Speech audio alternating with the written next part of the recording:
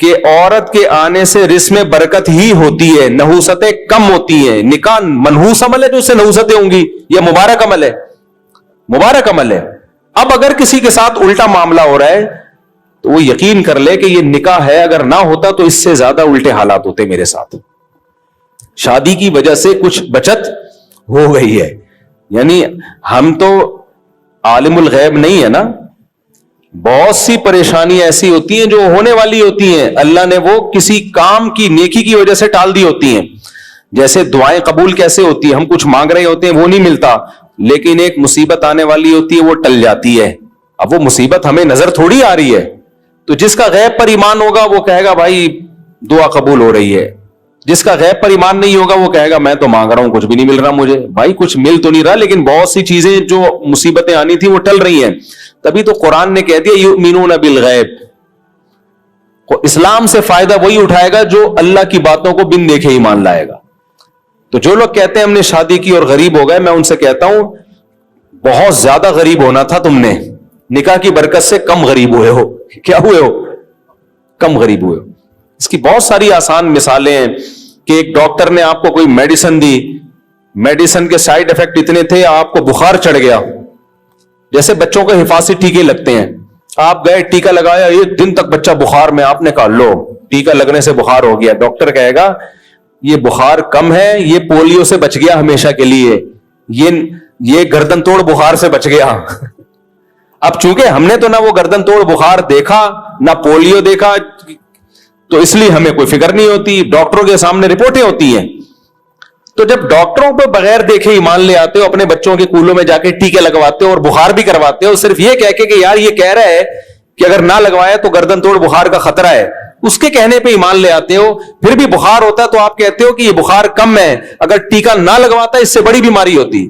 تو اللہ کے کہنے پہ کیوں نہیں مان لیتے کہ یار بیوی کے آنے سے برکت ہی آتی ہے, نحوست نہیں آتی. تو نحوستیں اگر آ رہی ہیں تو اس کا مطلب یہ نہ آتی تو اس سے زیادہ نحوستیں آتی. سمجھتے ہو؟ یہ جو کہنا نا آپ کے بھائی کا عہدہ بھی گیا, یہ بھی گیا, وہ بھی گیا, شادی نہ کرتے تو اللہ نہ کرے کہ کسی ٹرک ورک کے نیچے نہ آئے ہوئے ہوتے, اللہ بچائے ان کو. یہ امریکہ کی رپورٹ ہے, پتہ ہے, اوہایو یونیورسٹی ہے نا امریکہ کی بڑی ریسرچ, ان کی ایک رپورٹ ہے, میں نے اپنی کتاب میں شائع کی ہے. وہ کہتے ہیں جو انہوں نے تجزیہ کیا نا, انہوں نے کہا شادی شدہ لوگوں کی زندگی زیادہ کامیاب اور ان کے پاس پیسہ زیادہ ہوتا ہے, بچت زیادہ ہوتی ہے. کنواروں کی, ان کے انگریزوں کے کنوارے ان کی زندگیوں میں بچت نہیں ہے, حالانکہ ایکسپینسز کم ہیں مگر پھر بھی غریب ہیں, اور میرڈ آدمی کے ایکسپینسز زیادہ ہیں پھر بھی مالدار ہو کے دنیا سے جاتا ہے وہ. یہ امریکہ کہہ رہے ہیں.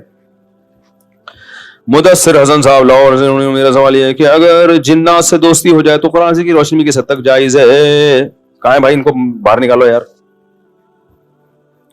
کون ہے جنات سے دوستی ہے اس کی؟ ہے بھائی کون ہے بھائی؟ ایسا نہ خود جن بیٹھا ہوا ہو. بعض دفعہ نا کوئی ڈپریشن ہوتی ہے, کوئی نفسیاتی مسائل ہوتے ہیں, آدمی سمجھ رہے ہوتے ہیں میری جنات سے دوستی ہو گئی ہے, اس لیے پہلی فرصت میں کسی اچھے سے سائیکولوجسٹ کو دکھائیں, پھر بھی آرام نہ آئے تو سائیکیٹرسٹ کو دکھائیں. سائیکولوجسٹ کیا کرے گا, آپ کو سمجھے گا ٹینشن کیا ہے آپ کی زندگی میں, پھر بھی نہ ہو تو پھر آپ کو میڈیسن لینی پڑے گی. انشاءاللہ یہ جنات سے دوستی آپ کی ختم ہو جائے گی, یہ اللہ کی رحمت سے پوری امید ہے. میرا تعلق تبلیغ جماعت سے, بات جب تک دوستی ختم نہیں ہوتی تو آپ کم از کم ہمارے بیان میں نہ آئے,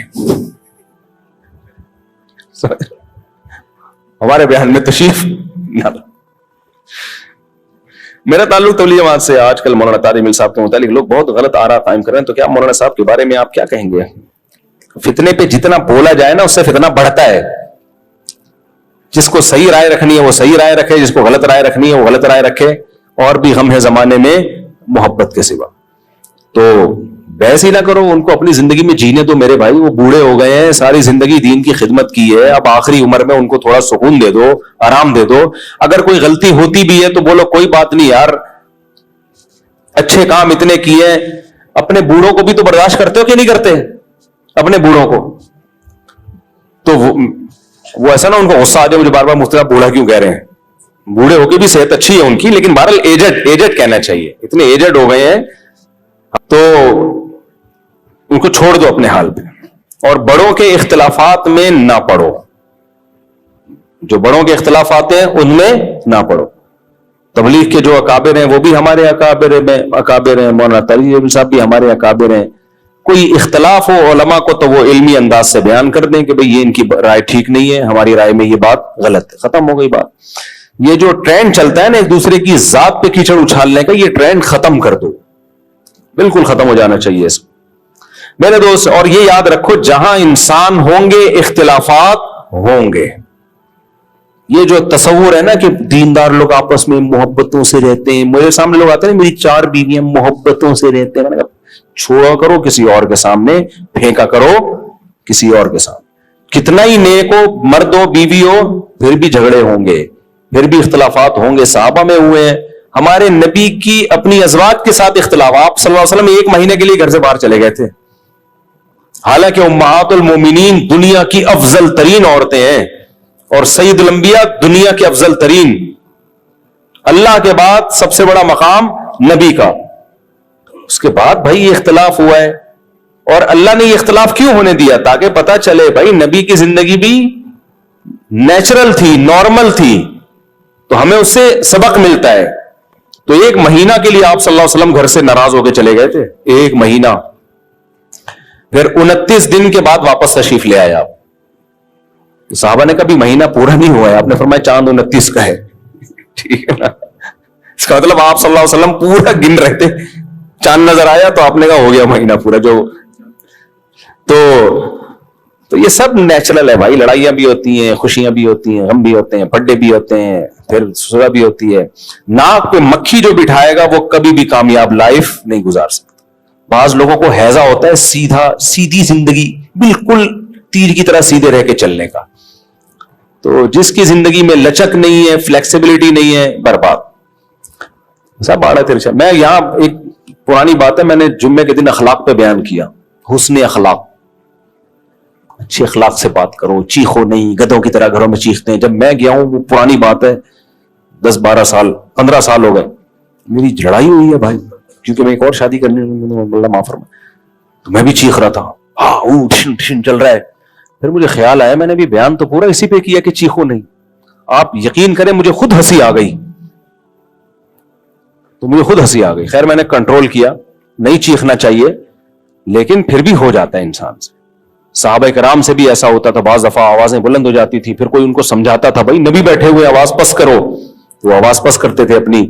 تو اس لیے دنیا میں جب ٹائم کی جنت ہے, جو جنت میں کوئی نہیں چیخے, جنت میں سب نائس ٹو میٹ یو, دعواہم فیہا سبحانک اللہم وتحیتہم فیہا سلام. سلام سے بات شروع ہوگی, سلام پہ ختم ہوگی. اور کوئی موت نہیں ہے, کوئی سیلاب نہیں ہے, کوئی زلزلے نہیں ہے, کوئی ٹینشن نہیں ہے. جب تک زندہ ہو ٹینشنیں رہیں گی. اور عجیب بات ہے, جس کو بالکل بھی ٹینشنیں نہیں ہوتی نا, وہ ڈپریشن سے مر جاتا ہے. یہ بھی ایک الگ چیز ہے. بعض ملک ایسے ہیں جن میں ٹینشن ہے ہی نہیں, وہ یہی ان کے لیے بڑی ٹینشن ہے. یہ بھی ایک عجیب مصیبت ہے. یہ بالکل اگر زندگی میں کوئی غم نہ ہو نا, وہ خود ہی غمزدہ ہونا شروع ہو جائے گا. تو اس لیے سب سیٹ ہے. میرے دوست جائز ہے. ہاں آرڈر دے دیا ایک کمپنی کا, میں نے پروفٹ میں اپنے دوست کو 5% دیا. 5% جو, یہ سوال ہی مبہم ہے میرے بھائی. آپ نے کیوں دیا؟ کمپنی کا مال بکوا کے آپ نے کیوں دیا؟ کیا تھا سوال واضح کر کے پوچھیں. مفتی صاحب ماحول کا انسانی زندگی پر کیا اثر پڑتا ہے؟ ہمیں بچوں سے کیا لکھا ہے کا ماحول ملا, مجھے بچپن سے اسلام کا ماحول ملا, مجھے اسلام سے محبت ہو گئی. آپ کے بیانات کی وجہ سے گھر والوں کا کو کیسے سمجھاؤں؟ ان کو بھی میرے بیانات سنانا شروع کر دیں, اونچی آواز میں بیان لگوا دیا کریں. جب 4 شادیوں پر آئے اس کو وہ فارورڈ کر دیں, پھر آگے سے شروع کر دیں دوبارہ. مفتی صاحب کیا شارٹ یوٹیوب کی کمائی جائز ہے؟ یوٹیوب کے شارٹ کلپ جیسے جائز ہے بھائی, اس پہ تو 20 دفعہ بیان کر چکا ہوں میں. مفتی صاحب اگر کسی شخص کو نماز پڑھنی اور اس کی شلوار ٹخنوں کے نیچے ہو تو اس کو موڑنا چاہیے. حدیث میں آتا ہے ان اللہ لا يقبل صلاۃ رجل مسبل نزارا, اللہ اس کی نماز قبول نہیں کرتے جس کے ازار ٹخنوں سے نیچے ہو. تو فولڈ کرنا پڑے, فولڈ کریں اس کو, جس طرح بھی موڑنا پڑے. یہ ایک نیا شوشہ چھوڑ دیا بعض مولویوں نے کہ فولڈ کرنا جائز نہیں ہے, عجیب سا نکال لیا ہے. میرا تعلق یہ ہو گیا. جلدی دو بھائی, آخری سوال, آخری سوال, آخری سوال, اسپیڈ اسپیڈ. مجھ سے ایک صاحب ملے, حکیم سعید کے دوست ہیں. حکیم سعید پتہ ہے آپ کو 78 سال کی عمر میں لانگ ٹینس کھیلتے تھے, حالانکہ وہ بھی روٹی کھاتے تھے لیکن اعتدال سے. تو حکیم سعید کے دوست تھے, وہ کیسے ملے مجھ سے, میں پنجاب میں تھا, ایک بوڑھے آدمی, یعنی ایجڈ, بوڑھے تو نہیں کہنا چاہیے بھائی, انہوں نے بتایا کہ 90 سال عمر ہے اور فٹ فاٹ. میں نے کہا حضرت آپ 90 سال میں چل پھر رہے ہو, کھا بھی رہے ہو. انہوں نے مجھے بتایا 85-90 کچھ ایسے تھی. انہوں نے کہا میں حکیم سعید کا دوست ہوں. تو حکیم سعید صاحب نے کہتے ہیں مجھے کچھ ٹوٹکے بتا دیے تھے صحت مند رہنے کے, تو بس وہ ٹوٹکوں پر عمل کر رہا ہوں میں. میں نے کہا کیا ٹوٹکے؟ کہتے ہیں 2 ٹائم کا کھانا, اور رات کا کھانا مغرب سے بھی پہلے. اب وہی بات ہے, آپ اتنا افورڈ نہیں کر پائیں گے, پھر ڈپریشن میں نہ چلے جائیں. لیکن ان میں یہ نہیں تھا کہ پروٹین اور یہ نہیں, لو کارب ڈائٹ, کچھ بھی نہیں. جو گھر میں پک رہا ہے وہی کھا رہے ہیں. حکیم سعید صاحب بھی صبح ناشتے میں کہتے ہیں میٹھا بھی کھاتا تھا میں, گھر میں جو کھیر پک گئی ہے کچھ بھی پک گیا وہ کھا لیا. تو اور حدیث میں بھی یہی ہے, نبی صلی اللہ علیہ وسلم اور صحابہ کرام یہ صبح 11-12 بجے کا کھانا ہوتا تھا اور رات کا کھانا جلدی ہوتا تھا, بس یہ 2 ٹائم کا کھانا تھا. میں نے دفعہ بیان میں بول دیا کہ عربی زبان میں ناشتے کا لفظ ہی نہیں ہے. اس پہ لوگوں نے فنٹر بن کے بہت کمنٹس کیے کہ فطور عربی میں کہتے ہیں ناشتے کو, کیوں نہیں ہے؟ مفتی صاحب کو عربی کا نہیں پتا. بھائی وہ جدید عربی میں ہے, میں نے بیان میں کہا تھا قدیم عربی میں ناشتے کا لفظ نہیں ہے, وہ تو جدید عربی میں ہے نا. تو اب کے عرب تو ناشتے کیا, وہ تو ماشاءاللہ پھوڑ پھاڑ رہے ہیں فل اسپیڈ کے ساتھ. تو جو صحابہ کے دور میں فطور کا لفظ قدیم عربی میں ملتا ہی نہیں ہے. غدا کا لفظ ہے, دوپہر کا کھانا, عشاء, رات کا کھانا. 2 ٹائم کا کھانا کھاتے تھے اور کھجوریں کھاتے تھے. کھجور تو فل کارب ہی کارب ہے, کھجور کھاتے تھے, اس سے تسلی ہو جاتی تھی ان کو. پھر نہیں کھایا. ہم لوگ کیسے کھاتے ہیں؟ پہلے صبح اٹھ کے حکیم صاحب نے کہا یہ چیز کھانی ہے آپ نے, نہار منہ ایک سیب کھانا ہے. پہلے نہار منہ ایک سیب کھایا, پھر اتنے بادام کھائے, پھر اتنے انڈے کھائے, پھر اس کے بعد ناشتہ بعد میں ہوگا. پھر ناشتے میں 2 پراٹھے کھائے. ڈاکٹروں نے کہا مکھن بہت ضروری ہے صحت کے لیے, مکھن کھایا, ملائی کھائی, دیسی گھی بھی کھایا, یہ بھی کھایا, وہ بھی کھایا. پھر آفس گئے, وہاں چائے کے ساتھ بسکٹ کھائے. پھر وہاں سے آئے, لنچ کھایا. لنچ کے بعد کڑک چائے پی. چائے تو کھانے کا بیڑا غرق کر دیتی ہے, ایسی ایسیڈیٹی فوراً شروع پینی ہے تو 2-4 گھنٹے بعد پیو. اسی وقت پھر گھر آ کے چائے پی. پھر اس کے بعد 12 بجے شادی میں گئے, بریانی, جو کوکنگ آئل والی بریانی نا, جو ڈیزل میں پکتی ہے, ڈیزل میں پکتی ہے, وہ رات کو 12:30 بجے وہ کھانا کھلا تھا. اور نان کے ساتھ قورمہ, نان, روٹی بھی نہیں, نان. وہ پھوڑ پھاڑ کے آئے اور سو گئے. یہ روٹین چل رہی ہے 40 سال سے. اور کہہ رہے ہیں پتہ نہیں شوگر کیوں ہو گئی ہے, وزن کیوں نہیں گھٹ رہا, میں اتنا پرہیز کر رہا ہوں, میں واکنگ بھی کرتا ہوں. واکنگ کیا کر رہا ہے بھائی تو یہ تو حرام ہے بھائی. یہ تو در مختار ایک فقہ کی کتاب ہے, اس میں لکھا ہے کہ اگر جس لقمے کے بعد آپ کو پتا ہونا کہ اب یہ مزید لقمہ میں نے کھایا, اب یہ فائدہ نہیں دے گا, یہ نقصان ہی دے گا. ان کی رائے یہ تھی کہ یہ لقمہ حرام ہے کیونکہ یہ خودکشی کے زمرے میں آئے گا. تو خدا کی قسم صحت سے بڑی دنیاوی نعمتوں میں نا, صحت سے بڑی کوئی نعمت نہیں ہے دنیاوی نعمتوں میں. پشاور سے آئے ہو, ماشاء اللہ. اچھا, چلو ابھی ملتے ہیں 2 منٹ کے لیے آپ سے.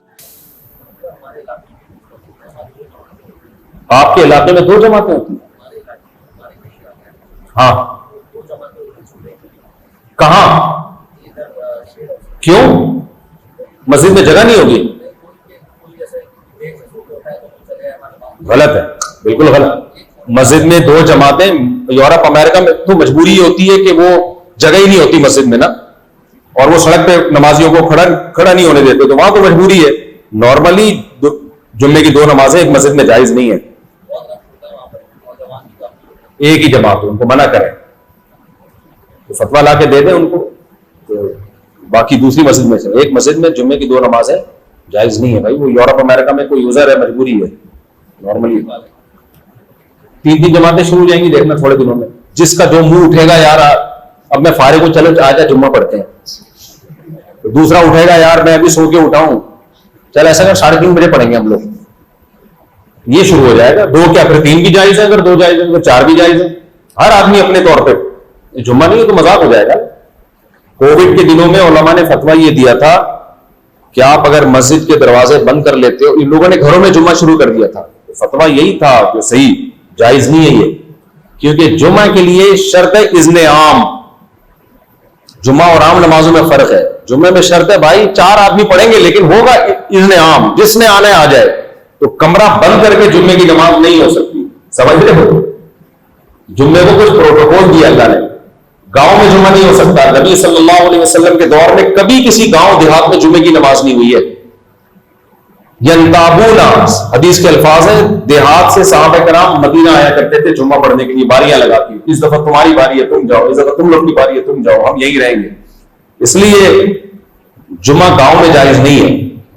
ایک اہل حدیث نے میرے خلاف کلپ بنایا تھا اور کہا کہ نبی کے دور میں گاؤں میں جمعہ ہوا ہے، اور بحرین میں کوئی گاؤں نکال کے لائے تھے، وہ ریفرنس دیا تھا. بھائی بحرین کہاں تھا؟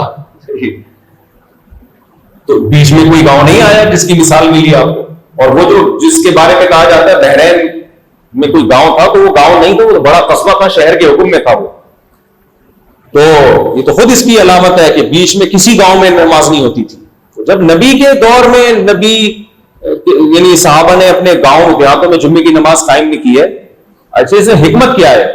حکمت اس میں یہ ہے کہ اسلام نے جمعے کو ایک پروٹوکول دیا ہے. گاؤں دیہاتیں یہ کوئی آبادی نہیں ہوتی نا، اس میں تو آبادی ہوتی ہے تو باقی ساری سہولتیں نہیں ہوتی. تو جمعے کی نماز کا ایک پروٹوکول ہے کہ وہ جمعے کے دن ہوگی جو افضل ترین ہے، اور اس میں اذن عام ہوگا، سب کو آنے کی اجازت ہوگی، وہ شہر میں یا بڑے قصبے میں ہوگی.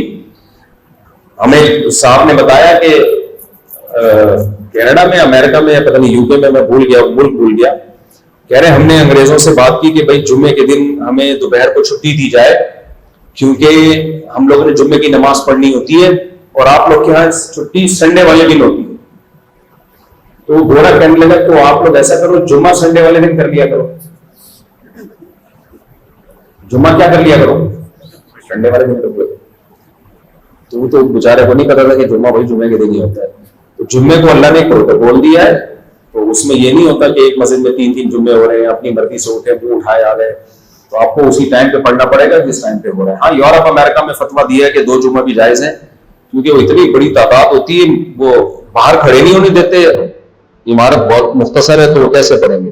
شدید مجبوری کے احکام الگ ہوتے ہیں. اللہ تعالیٰ نے تو